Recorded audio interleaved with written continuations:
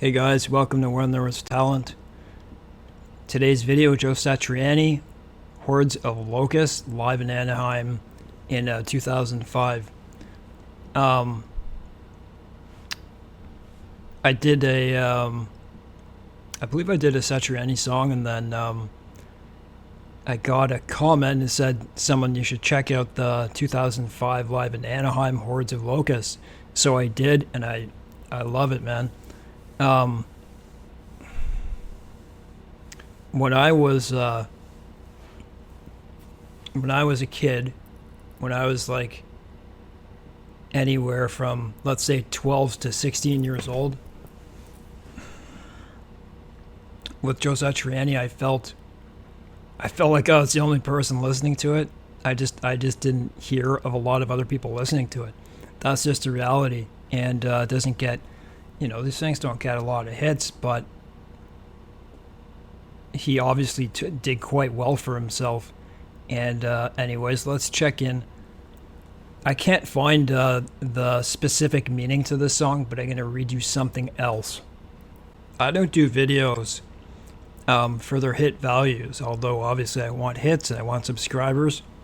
I do it for the talent.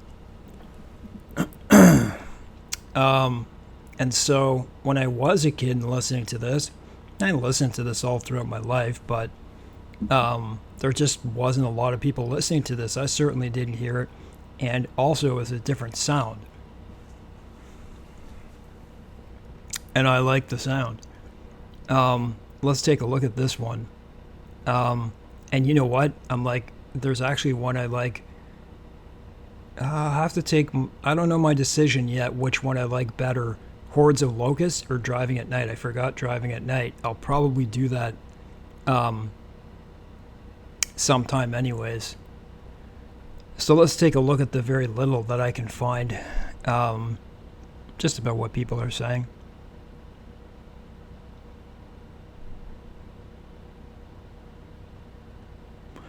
Maybe you shouldn't actually try this one while driving at night. Okay, no, that's the end of that. And like I said, Hordes of Locusts was one hell of a crunchy riff. Actually, it's the only true heavy metal song on the album, so there's something to think about. So when we hear this, but even there, Satriani breaks every metal cliche by making his guitar imitate a sitar, for instance. I don't know what that is, but it does matter that this is easily Satriani's lightest album, and it's really rarely a fan favorite. I mean, this had Not of This Earth, right?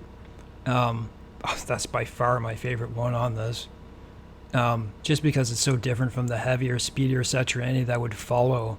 Part of this actually stems from the fact that this was a nearly homemade recording, so you can kind of understand that, right? Enough talent, though.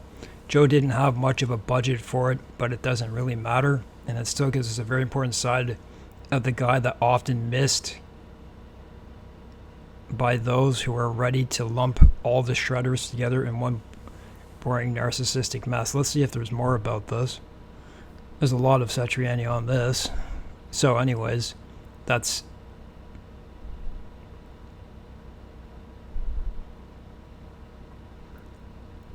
So let's go back here for a second.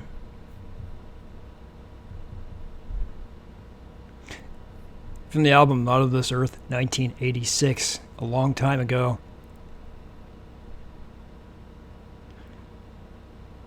Certainly strange sounds on it, but that's his style, right? And I like it, and that's one of the reasons I really like Satriani. So anyways, without further ado, let's take a look at it. And also, I just read there, could Eddie Van Halen play what Joe Satriani plays? And obviously you go back to Eruption, right? The reality is,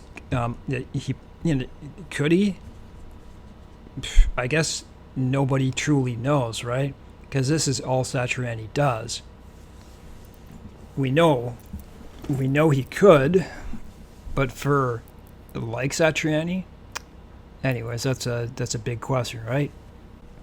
We know that Eruption, I read the background of that, and he made that up. I don't know what it said, like one day. as he was doing something for just a quick gig, I think. Like, he wrote it literally in an afternoon eruption. You're gonna have to go back and look at my videos for that. I'll link it in this, actually. Here we go.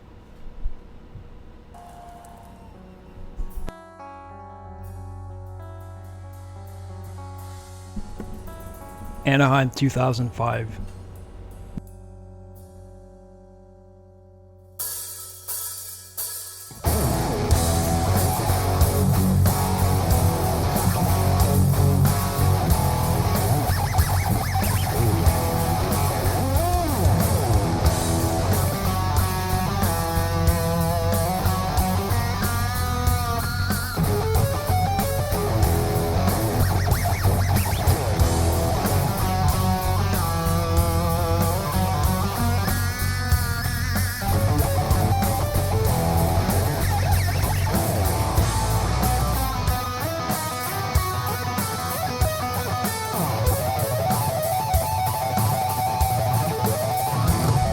That's insane.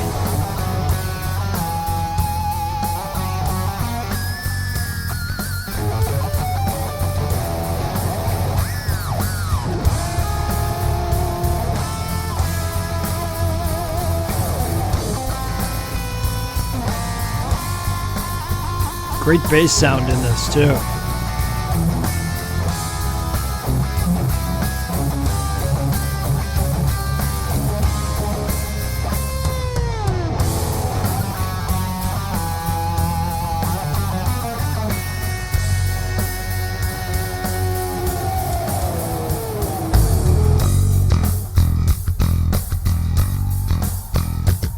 I love Satriani's build-ups.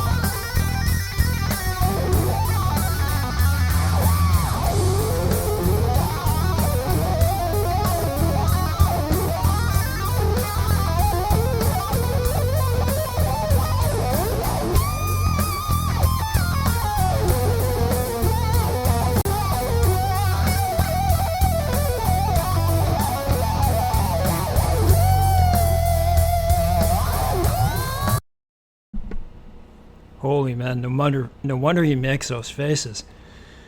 He can work pretty much any sound. I love the way that he builds up and then just stops it and then silently starts building it up. I don't know what the name is when he starts.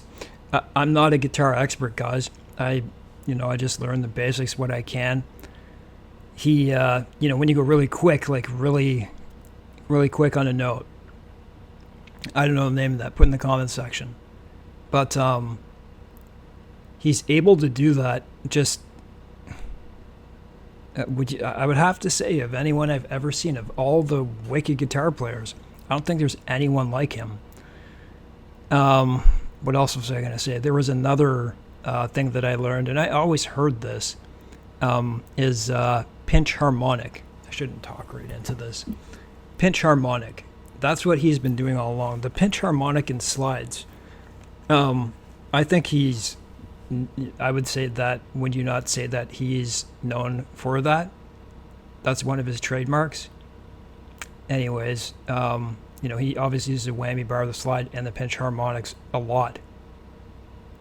I don't know a lot about guitars, but I know what those mean. And he's really good at them. What a killer sound. I want to play that again. I'll probably do that at the end. That was amazing.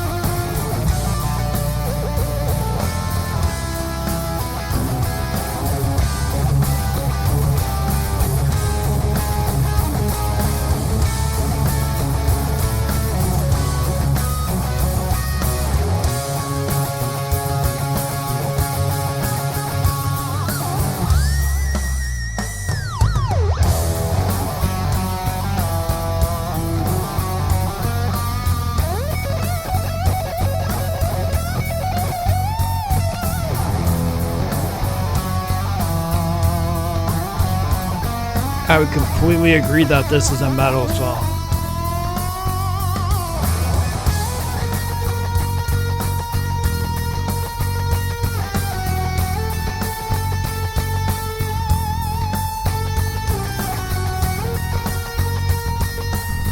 Great transition for an exit.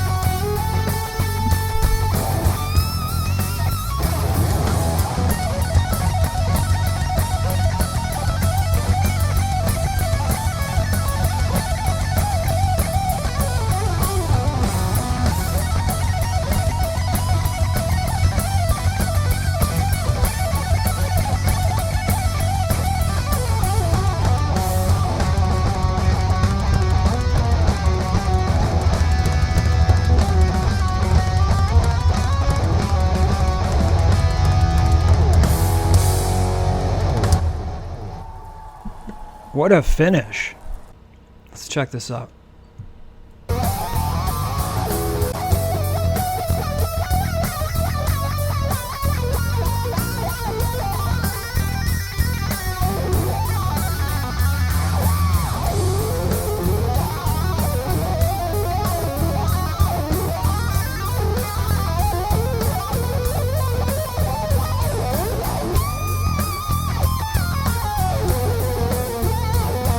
That's at least on par with Eruption right there.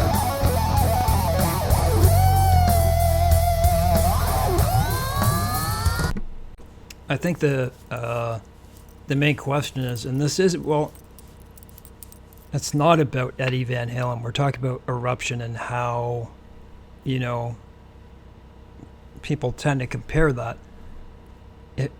We know that he could play amazingly well by watching Eruption. The question is, well, the reality, he didn't do what Joe did.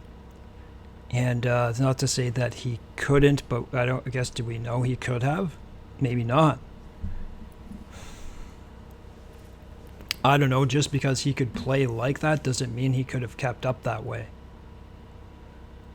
But if he went that way, can you imagine if he went that way? If he was able to create a song like that, like Eruption, that quickly, it's a wonder why he didn't continue and do it like that. Oh, yeah, I know he can play that long. He played for a long time. His ability to play for a long time was evident there. I'll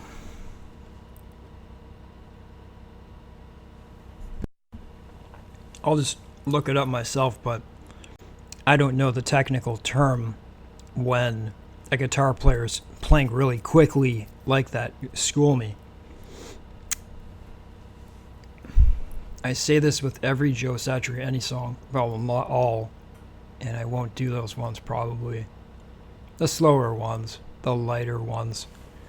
Not to say that they're not good, but he's an absolute master at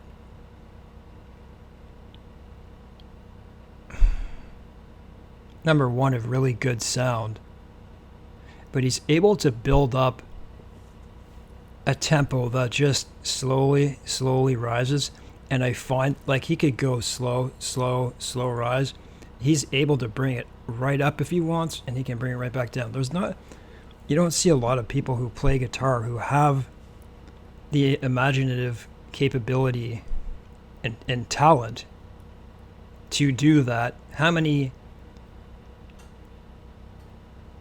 because a song usually has, like a beginning, a middle, what will it have? How many sections will it have at most? People usually do like 4. He can do them over and over, and that's my point. And I made a point in the last video that he's able to slowly build it up at whatever speed he wants. And because he's got such great talent that in his fingers, and plus the imagination together, anyways, he's able to bring it up. And when he brings it up, he's able to keep it, like the climax of a song usually doesn't last that long. He can make it go. He can make it plateau for a long time. And that's what, I forget what song I did last, but it was a good one. I'll have to look back. I'll probably link that, but I'll certainly, I will link Eruption. But thanks to the person who recommended this. And by the way, guys, you can recommend songs to me, whether I've heard them or not. I'll go listen to them and I will try to critique them myself. But this is a piece, I'll call it, that is very individual. That not a lot of people listen to this. Not a lot of people appreciate the expertise that it takes to do this. Hence why I call my thing When There Is Talent. And I don't just cover this kind of stuff. I'll cover anything that's really good. So, and he continues to do well and stuff like that. And I think one of his best attributes is being able to play just as good as his album in live, which says something. Thanks for watching, guys. Don't forget to subscribe, to like, to share. That really helps me. Subscribing really helps me. Likes really help me. Share. Start a conversation. More videos coming out. I have a lot of stuff going on in my life, but I love doing these. So, guys, take care.